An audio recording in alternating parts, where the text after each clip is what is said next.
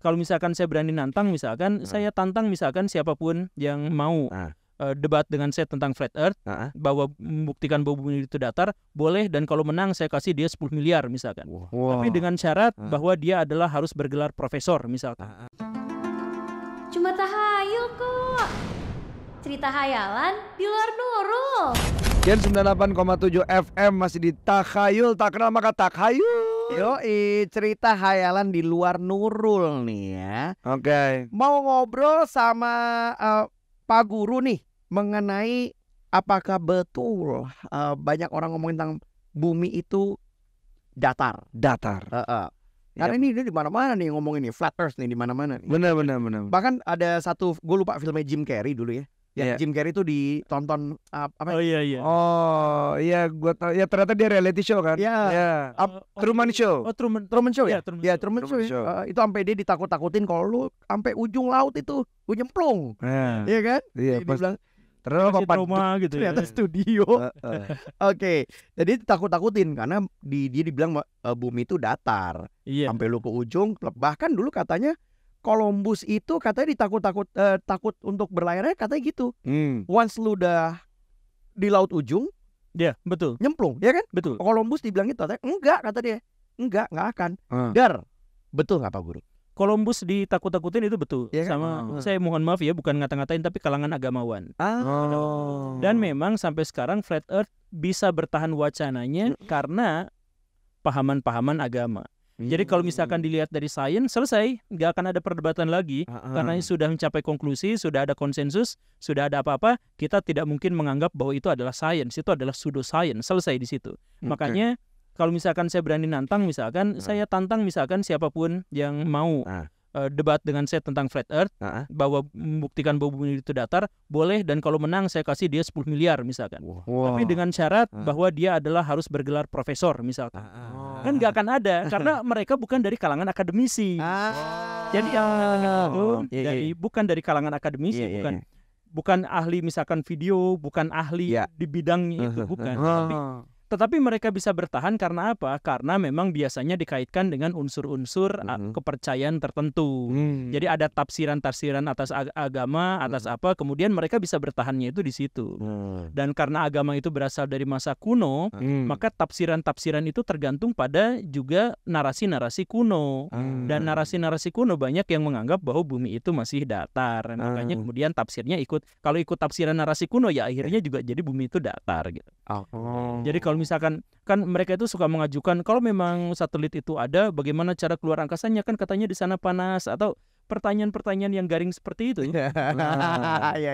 Atau misalkan kan air itu datar, kalau misalkan nanti melengkung dong airnya dan sebagainya, kan pertanyaan-pertanyaan seperti itu.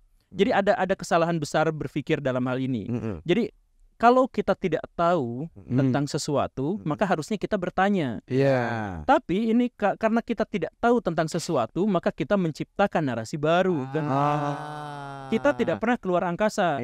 Kita nggak bertanya nih. Nggak nanya. Kita langsung bikin statement aja. Mungkin ada orang sampai ke sana. Kita nggak mungkin.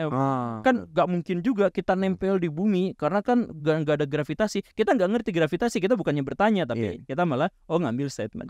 Jadi salah satu kelemahan dari teori konspirasi, teori konspirasi itu bukan berarti salah ya, bukan salah pada hasilnya, tapi salah dalam metodologinya. Kesalahan utamanya itu adalah bahwa mereka tidak mengkonfirmasi sebuah informasi dari sumber aslinya, gitu.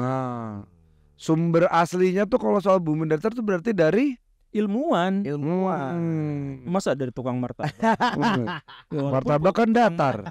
Iya. Ya kan martabak datar. Bukan berarti tukang martabak itu bodoh, tetapi mereka tidak memiliki otoritas untuk mengeluarkan klaim-klaim akademis. Benar. Gitu. Tapi kalau misalnya ngomongin kontroversi seperti ini, sebenarnya siapa sih yang diuntungkan nih, Pak Guru?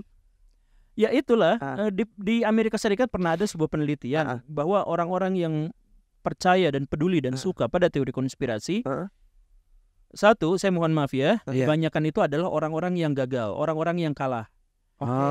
Jadi pelarian gitu ya Pak? Benar. Orang-orang yang gagal itu membutuhkan alasan kenapa mereka gagal. Jadi, misalkan gini, kenapa Indonesia nggak jadi negara maju? Ya karena ini adalah konspirasi dari negara-negara besar untuk menghancurkan negara-negara kecil. Kan mudah untuk menghibur perasaan kita iya. yang kalah. Iya.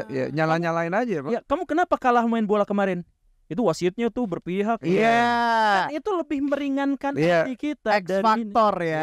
Iya. Jadi teori konspirasi itu pada umumnya memanjakan ego kita. Iya kan? Make sense. Kenapa misalkan kita begini? Ya, elit global kan mengatur ekonomi dunia, ya wajar saya miskin terus. Itu. Wow. Itu kalau saya ketemu orang itu saya langsung mundur. Saya juga mundur coba. Tapi itu Ya. ada penelitian, saya nemu di dua jurnal yang berbeda, gitu. Jurnal psikologi, dua-duanya memang berpendapat seperti itu. Gitu. Berkesimpulan seperti itu. Jadi ujung-ujungnya ya dia pengen menghibur dirinya sendiri aja ya, Ya, dengan iya. bikin kayak gitu ya. Iya. Itu yang pertama. Yang kemudian yang kedua yang diuntungkannya itu adalah kalangan-kalangan yang memfokuskan pada kepercayaan bukan pengetahuan. Yang tadi itu. Yang makanya saya bilang di awal tadi dulu saya ngomong, jangan percaya pada saya, tapi tahu dari saya itu lebih baik daripada percaya. Percaya itu artinya ada informasi dalam benak, tapi tidak terkonfirmasi oleh indrawi kita. Kita tidak memastikan. Jadi saya percaya pada Tuhan. Saya tidak mengkonfirmasi secara indrawi, saya tidak bisa melihat, tidak bisa menyentuh dan sebagainya. Saya hanya percaya aja. Beda dengan tahu. Saya tahu misalkan akang-akang ada di depan saya karena terkonfirmasi secara indrawi. Jadi tahu. Nah, orang-orang yang tahu itu lebih berat perjuangannya daripada orang yang percaya. Iya kan? Karena ada informasi dalam otak secara instan tanpa ada ini. Iya. Jadi teori konspirasi itu karena tidak terkonfirmasi memberikan kepada kita informasi-informasi yang menyenangkan. Iya. Tanpa kita harus melakukan studi empiris. Nggak usah ribet-ribet. Akhirnya dapat tahu. Akhirnya yang tadi itu tercerahkan saya. Akhirnya, gitu. Wah, bener-bener mind blowing. Saya baru tahu ini seperti ini. Kan begitu. Iya. Orang-orang yang mudah percaya kan seperti itu. Tercerahkan sama merasa tercerahkan tuh beda ya, Pak ya. Iya. Tapi rasanya sama ya, Pak. Iya. Itu dia yang cerah. Iya, bagus. Oke, ini pertanyaan terakhir nih, Pak Guru. Apakah ada kehidupan lain sebelum peradaban manusia? Ya ada lah. Ada. Dinosaurus. Dinosaurus. Iya. Oke. Dinosaurus ada apa bener, Pak? Ada. Stegosaurus gimana tuh, Pak? Tetap pertanyaannya itu. Itu lagi. Coba Oke. ilustrasikan dengan landak yang kawin. Oh iya benar. Bunyinya aneh ya, yang landak kawin nih. Tapi kan kalau landak kan bisa kayak pomade gitu tuh bulunya. Iya kan? Kayak pomade. Kayak pomade.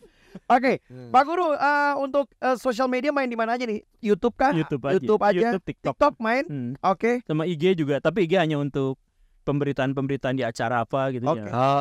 TikTok Shop nggak jualan produk nih? Siapa tahu jualan buku gitu, buku ada? Ya, saya ini buku, saya kerja sama teman untuk jual buku juga. Jadi kalau butuh buku apa-apa bilang aja sama saya. Nanti sama saya diketawain tapi nggak dikasih. Ya. Oh, ini review buku gitu ya.